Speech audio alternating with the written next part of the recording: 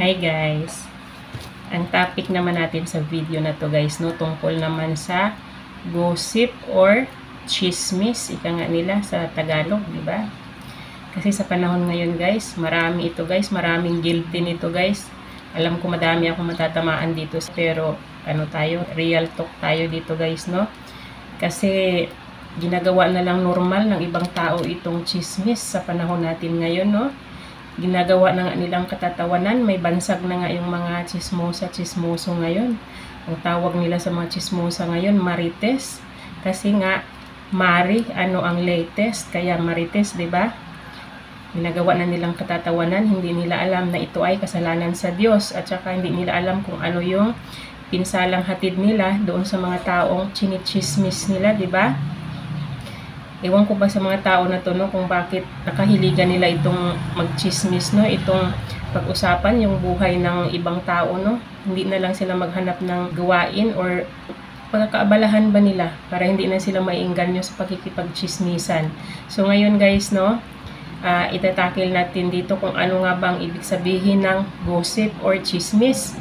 Itong mga chismis na to guys, no, ito yung mga nababalitaan natin or mga rumors, mga hearsay, ika nga nila, di ba? Yung mga sabi-sabi lang na hindi pa natin naku-confirm or hindi pa natin napapatunayan kung totoo nga ba yung mga sabi-sabi na to, di ba? Binabalita na natin sa ibang tao. Ito ang ibig sabihin ng chismis na to or gossip na to, di ba? Meaning, pwede siyang may katotohanan, pwede rin siyang iniimbento lang ng kapwa natin. Tapos, ang ginagawa ng ibang tao, ikinakalat nila sa kapwa din nila, di ba? Hanggang sa magsanga-sanga na, hanggang sa buong barangay na yung nakakaalam sa chismis, di ba? Ito yung reality ngayon eh. Marami nang gumagawa nito, parang ginagawa na lang nilang libangan yung pakikipagchismisan. Hindi nila alam na marami ang hatid na pinsala ng ano na to, pakikipagchismisan na to, ng chismis na ito. Kasi sa pamamagitan ng pakikipagchismisan nyo, marami kayong buhay na mawawasak dito, di ba? Or di kaya may best friend ka, tapos yung best friend mo nag-share sa'yo ng ng mga secrets niya sa buhay niya, about sa private life niya, ikinwento niya sa'yo. Halimbawa, nagkwento siya na, uy Mari, ganyan-ganyan, yung may mga past experiences siya. Halimbawa, kinwento niya sa'yo na biktima siya ng rape noong kabataan niya, ganito-ganyan, di ba? Tapos ikaw naman na pinagkatiwalaan, alam mo, kaya niya kinwento sa'yo dahil may tiwala siya sa'yo, di ba? Nagtiwala siya sa'yo na hindi mo ipagkalat, hindi mo ipagsasabi sa iba dahil best friend kanya, kaya kanya kinwentuhan. Magkahanap man lang siya ng kakampi sana, yung gusto niyang makahanap ng mga tao na mag-aangat sa kanya, yung magpapalakas ng loob niya, pero ikaw mismo na pinagkwentuhan niya, nakadagdag ka pa sa problema niya, di ba? Kasi pinamalita mo sa iba, pinagkatiwalaan ka, sinira mo yung tiwala, di ba? Kaya itong gossip na to, ito ay nakakamatay guys. Anong papatayin nito? Papatayin nito yung tiwala ng tao sa inyo, tiwala ng kaibigan nyo sa inyo, sa palagay nyo.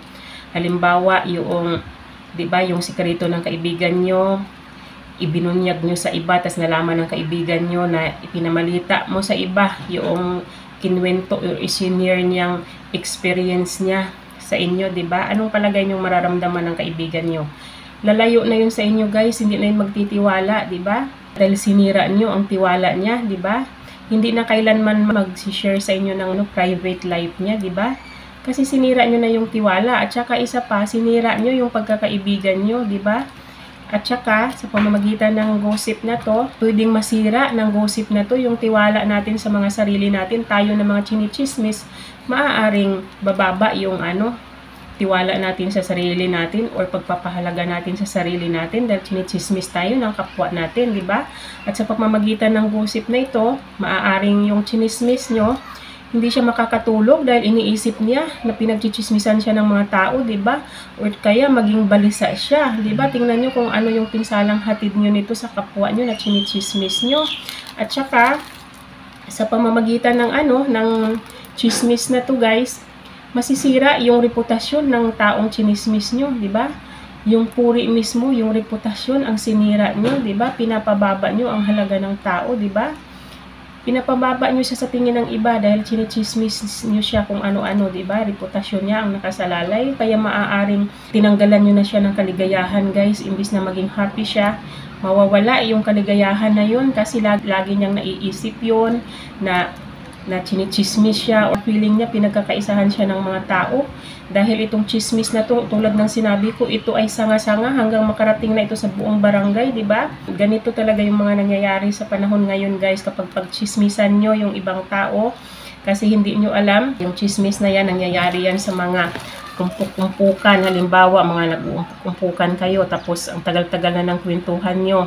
Sa katagalan ng kwentuhan nyo, no, buhay na ng iba yung pag-uusapan nyo kasi wala na kayong mapag-usapan eh. Kaya yung buhay na lang ng iba. Halimbawa, pinagchismisan nyo yung ibang tao, tapos yun namang nakikinig sa inyo, ikukwento din nila sa mga kaibigan din nila, sa mga kapitbahay nila. Tapos yung pinagpintuhan naman nilang kapitbahay nila, ikukwento din nila sa mga kaibigan nila or sa mga kapitbahay nila. Kaya hanggang sa magsanga-sanga na, hanggang sa buong barangay na ang makakaalam, diba, kung gaano ka-toxic itong pag-uugali na, itong gossip na to, kung gaano ito ka-toxic, guys, kung ano ang pinsalang hatid nito, diba? Kung halimbawang sa inyo man mangyari ito, no, anong mararamdaman nyo? Kayong mga nagchichismis, no? Mga chismosa, no? Mga chismoso. Baliktarin natin ang sitwasyon kung sa inyo mangyari ito, no? Halimbawang kayo yung pinagchismisan ng mga kapitbahay nyo or mga kaibigan nyo. Tapos makarating sa inyo na pinagchismisan kayo. Ano sa tingin nyo yung yung mararamdaman nyo or magiging aksyon nyo sa ganitong mga pangyayari, diba? Kaya huwag ninyong gawin sa iba kung ayaw nyo rin na gawin sa inyo, diba? Dahil hindi siya magandang gawain eh. Masisira nyo ang buhay ng taong pinagchismisan nyo, di ba? Kaya ako, guys, no, isa talaga to sa iniiwasan ko kung bakit hindi talaga ako nangangapit bahay. Kasi nga iniiwasan ko makikipagchismisan, kaya hindi talaga ako nangangapit bahay kahit dati pa na may trabaho ako dati. Kahit nagbo-board ako dati pagdating ko galing ng work, no? Kakain lang ako, pagkatapos kong kumain, akyat na ako sa higaan ko, matutulog na ako, kaysa naman makikipagchismisan, magkasala ka pa, diba? Magkaroon ka pa ng kaaway dahil sa pakikipagchismisan, no? Patunayan ko sa inyo, guys, na itong chismis na to ay pinagbabawal ng Diyos, guys, no?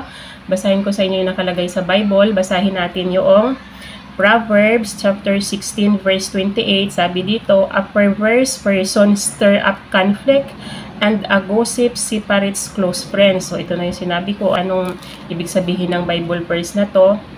Ito daw mga baliw na tao, yung mga tao na wala sa katinuan, sila yung pasimuno ng kaguluhan. Sila ang pasimuno ng pag-aaway ng mga tao, di ba? At ito naman daw ang gossip na to, nakakapaghiwalay siya sa mga magkakaibigan, di ba? Totoo naman eh, na kapag yung kaibigan mo, chinismis mo, ano pang inaasahan mo, di ba? Titiwala pa ba sa'yo yun? Lalayo sa'yo yun pag nalaman niya na siya ay chinichismis mo. Hindi ka mapagkakatiwalaan na kaibigan, di ba? Tapos basahin naman natin yung Proverbs chapter 26 verse 20, nakalagay naman dito, without wood, a fire goes out. Without a gossip, a quarrel dies down. Anong ibig sabihin? Di ba? Yung apoy, kapag hindi mo na ginatungan ng kahoy, mamamatay ng pusa yan. Katulad din sa chismis. Kapag walang chismis, walang away. Ito ang ibig sabihin ng Bible verse na ito, di ba? Kung ayaw nyo ng away, huwag kayong makipagchismisan. Dito naman sa Proverbs chapter 11 verse 13, a gossip betrays a confidence, but a trustworthy person keeps a secret, di ba? Yun daw chismis, nakakawala ng tiwala, di ba? Nakakamatay ng tiwala ang chismis.